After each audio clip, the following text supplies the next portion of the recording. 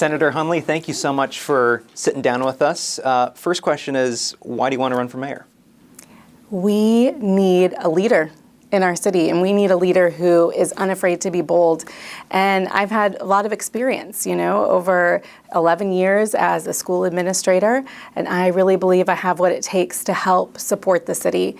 But I think beyond that, this is where I live with my family. My parents are here in Indianapolis. My children are here in Indianapolis. I want this city to be strong for generations to come. And I think that having that mindset makes me well positioned to run. Yeah, and you've been in the Statehouse, you've been in education. Have you kind of tried to decide how you want to kind of combine those two experiences and bring them to the city of Indianapolis? My titles, have changed over time. Principal, senator, perhaps mayor, but the work has always been the same, right? The work is about serving people, serving the community, and helping folks look for their future and what will make their future stronger. Why do you feel like the mayor's office is where you can make the next, difference? And what kind of decision went into that? It's, I did a lot of prayer, first of all, a lot of talking with my family, but also a lot of listening in the community to what folks from the parents in my schools, to the business leaders that I've worked with, to folks in my faith community. And they've each said, wow, wouldn't it be great if we had someone who was setting the vision? Wouldn't it be great if we had someone who was connecting people? Wouldn't it be great if we had someone who was making sure that the budget was being spent in a way that's responsible to taxpayers? And I thought, okay, well, these are all the skill sets that I have. Maybe it's time for me to just jump in and run. And we've got a Democratic mayor who could still seek re-election. Have you talked to Mayor Hogsett, and where do things kind of stand between you two? Well, I am the state senator for a third of Marion County, and Hogsett and I have worked together in my role as senator. And, I respect the relationship between the mayor and the Statehouse. I think that is an important partnership. And so I've worked hard to be a strong partner. And if he does plan to run later on, what kind of sets you apart from him? I think that we're just ready to, start a new chapter. I think that's really what sets me apart. And, the fact that, again, I've been doing this work with building relationships and leading in a unique way that I've been doing for a decade. I didn't learn leadership in a conference room or in a campaign office, right? I learned it in a classroom, in a school setting, working amongst community members. What do you feel like you can't do at the Statehouse that you want to do in the city of Indianapolis? One of the things that being in the Statehouse has taught me is that policy is really important. And I think that what I can't do in the Statehouse is both jobs. I can't set the policy and then take action on it. And I've had to really do some soul searching about where I see myself doing the best work. And I see myself taking action, helping the community to make sure that when we have strong housing policy that will lower the barriers for affordable housing, that we take action as a community. And obviously the Senate lets you work on statewide policy, but as mayor, you're more taking care of budgets, police, sometimes a little bit of public education. What kind of makes you feel like you're ready to take on some of those more broad responsibilities within the city and just kind of translating it over in a seamless transition? Well, the budget is critical, and I know that in 2028 we are going to hit a budget cliff because of the work that happened at the Statehouse with Senate Enrolled Act 1 and its impact on property taxes. So being on the Tax and Fiscal Policy Committee, I know firsthand the nitty-gritty of exactly where those challenges are going to be and what tough choices we're going to have to make as a city on where there needs to be cuts, where there needs to be trimming back, and quite frankly, where we need to look at some budgets to see where excessive spending has been happening. That's the same work that I also did as a school principal, leading a multi-million-dollar budget and making sure that we are spending appropriately. Do you kind of have a list of top 3 priorities that you want to take care of when you get in office? Well, absolutely. I'm ready to go. I wish I could start the work tomorrow. We definitely need to focus on our homelessness. We need to make sure that we are supporting our unhoused population, that we're expanding the programs that are working, and that we're making sure that people have all of the resources that they need to stay housed. Those supportive services are critical. We also have to focus on community safety. We want to make sure that we are not just focusing on responses, but that we're also focusing on prevention. And those things go hand in hand. So having that community safety plan is critical. And then we've got to look at housing. We've got to look at workforce housing. Can our teachers and our firefighters and our baristas afford to purchase a home in Marion County? And if the answer is no, then we have to be doing more to make that possible. Yeah, and obviously public safety and crime weigh heavily on the shoulders of a mayor. And we've heard a lot of criticism that the current system is too lenient on repeat offenders, and some violent prevention programs just aren't working. Do you feel like that's a valid concern? Do you feel like that needs to be reworked? I think that every morning when we turn on the news and we hear about another shooting, it becomes a top of mind concern. We have the ability to reduce the number of homicides that we have. We have the ability to reduce the number of violent offenses that we have. We know that it's about 200 families that are most likely to shoot or be shot at.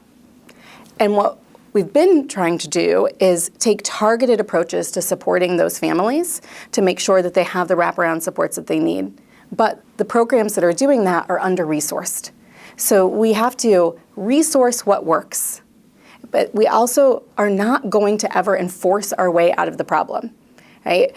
We have to make sure that we're looking at the prevention side. And so that prevention side, it's not just a short-term piece, right? It's not just what are we going to do this year, but it's about what are we doing with our current third graders? What are we doing with our current kindergartners and our current preschoolers to set them on a path to success so that when they are 16, 17, 18, getting into a life of crime isn't even to question because they already are on a trajectory towards success. So we have to be looking at this long-term play as well as some of these shorter-term solutions. And how do you track that? I mean, obviously OPHS, they've got some programs, but, when we're talking about preventative programming, how do you even track that, or how do you plan to even implement new strategies? You want to talk data. I love to talk data. So there are key performance indicators, right, that we would have for every single program, but part of the problem right now is that all of our systems don't talk to each other. So you could have a family who's receiving supports and services from one organization, but another organization doesn't realize that. We have to be able to do some data sharing to make sure that we are being the most efficient with our limited resources that we have. But it's already working. I mean, we have the ND Peacekeepers. They're tracking the people in the community that they're supporting, and they are tracking the prevention conversations that they've been able to have, that they've been able to stop arguments, stop tension in the community before it begins. They're tracking all of that information. And we see this work. I mean, it's working in Boston, it's working in Baltimore, it's working in many cities where we see these type of intervention programs that are research-based actually work. We just have to make sure that we're investing in it. We also know that summer's coming up, and bored kids wreak havoc in the community. So we have to make sure that we are providing our young people with meaningful things to do. They want to hang out together. They want to have face-to-face connection. We need to provide them safe opportunities to do that. And so in cities like Detroit, for example, they are opening up their rec centers for longer hours so that young people have a place to go. They have midnight basketball leagues, right? They have pool parties all across the city, right? They are running programs to make sure that young people are in safe communities, that their parents have opportunity to join them as well, and that they're not just left to their own devices. And so these are things that sound simple, but require resources, require a vision, and require execution on a plan. And that's not something that we're seeing right now. So I'm really concerned about the summer. Your campaign kind of talks about schools, and while schools aren't necessarily controlled directly by the mayor, what exactly would a Mayor Hunley administration do? Obviously, we've seen the implementation of the Indianapolis Public Education Corporation, and so there's been kind of some questions about that. How does that move the city forward when it comes to charter schools and public schools? What is the city's role in that? Right now, across our city, we have 11 different school districts. We've got one district that carries the city's name, Indianapolis Public Schools, but we have 11 districts in total. And when we look at what we have been able to achieve in Marion County, we have a lot of bright spots. We have a lot of bright spots around the city. When I look at where we have really strong programs, students, families, neighborhoods are thriving. But we only have a few bright spots here in the city center, and we need a whole constellation, right? We need to have bright spots everywhere. Every single child deserves the opportunity to have a strong school regardless of their zip code, and we're just not there yet. And so I think that a Hunley administration would mean making sure that we have strong schools in every single neighborhood.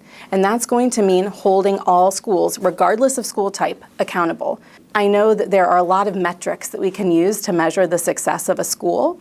And I think that that's a piece that the mayor can play a role in, especially with this new Indianapolis Public Education Corporation, in designing out what that metric is. How do we measure school success here in our city? Yeah.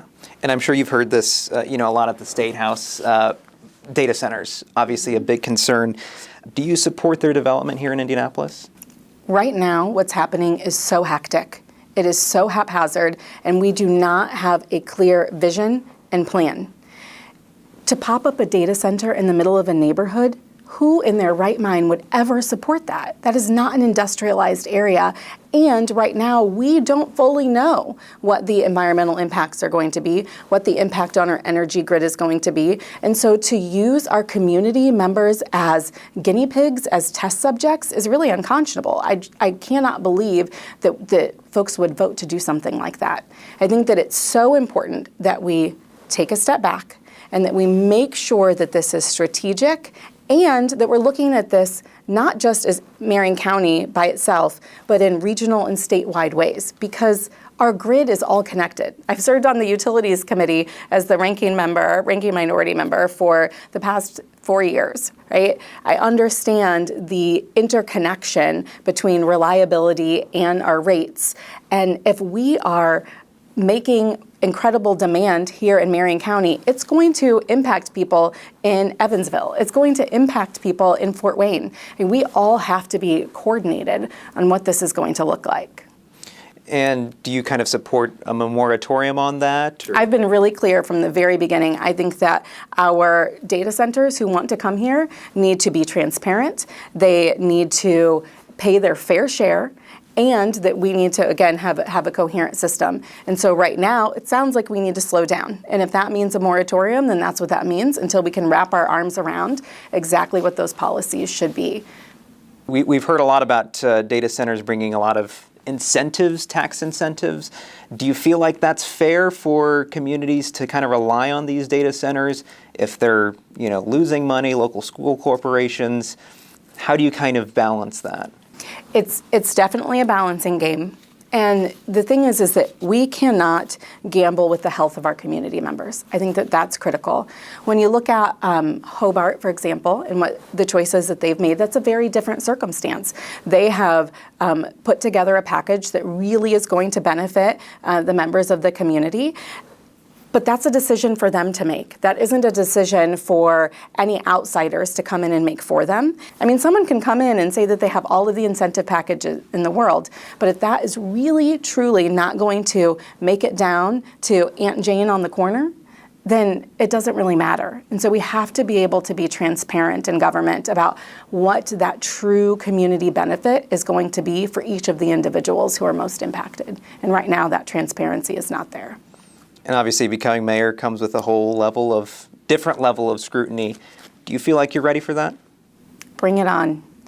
I mean, I think that folks forget what it looks like to be the one that the buck stops with when you are the CEO of an organization. And so this is something that I am very much used to, making the hard decisions, making the decisions that at the end of the day rest on my shoulders, that especially when you're dealing with children and families, truly can be life-altering decisions. And knowing that when it stops with you, you've got to be able to listen to all sides. You may not please everybody, but it's important to be consistent and to be transparent. And what if those voices are outnumbering you? Obviously, if you become mayor, there will be moments where you're going to make really unpopular decisions. How do you decide when to listen and kind of lead on with what you believe is right? Well, I would say that being in the super minority party in the Statehouse has been a good training ground for that.